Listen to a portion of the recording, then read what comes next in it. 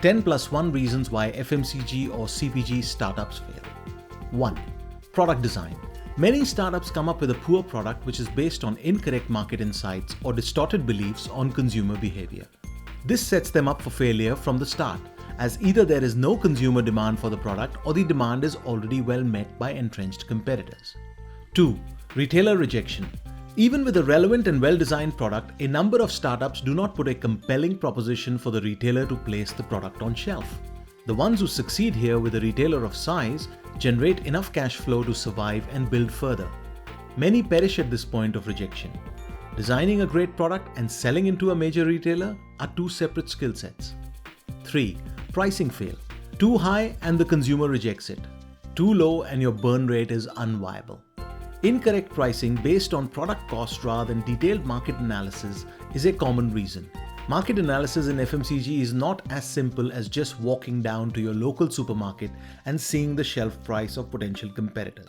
That helps, but is the tip of the iceberg. Consider taking a How to Price Consumer Products course, which is available on Udemy as well as fmcgacademy.com. 4. Inconsistent brand positioning.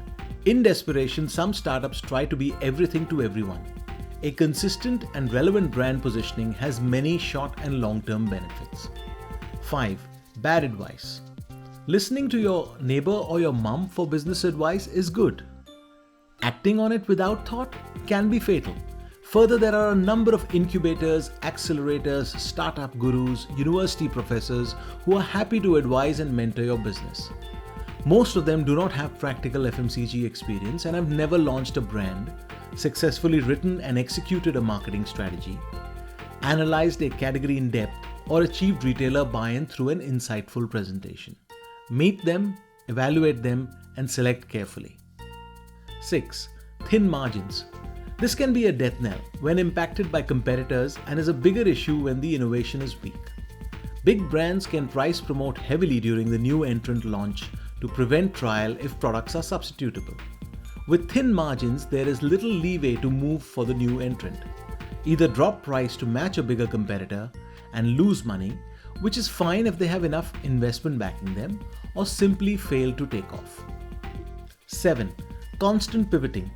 While a genuine pivot based on new learning or insights can be beneficial, a temporary fad-based pivot can see a business oscillating its way to obscurity. A poor market understanding coupled with desperation is the common reason. 8. Direct online sales only.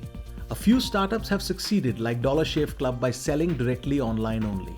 It definitely worked for them, though I'm not sure how long before Unilever, its current owners, will have the products at a major supermarket near you.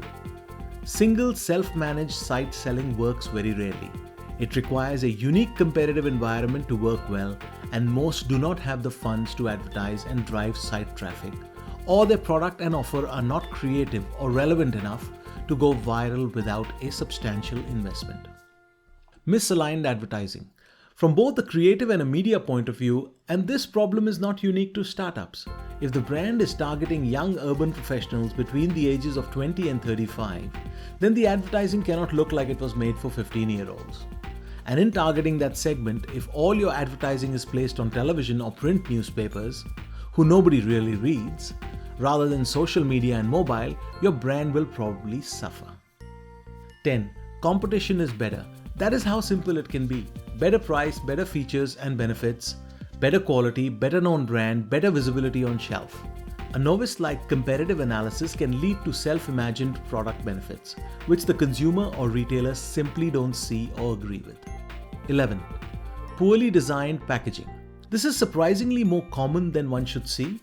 The most common mistakes in packaging are to assume the shopper is searching for this new product, knows the brand name or logos well, and is well acquainted with its key benefits.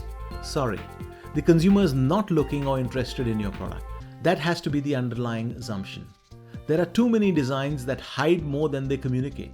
Being a new entrant, the brand name and its key benefit should be easily visible from a reasonable distance. Feel free to add to this list.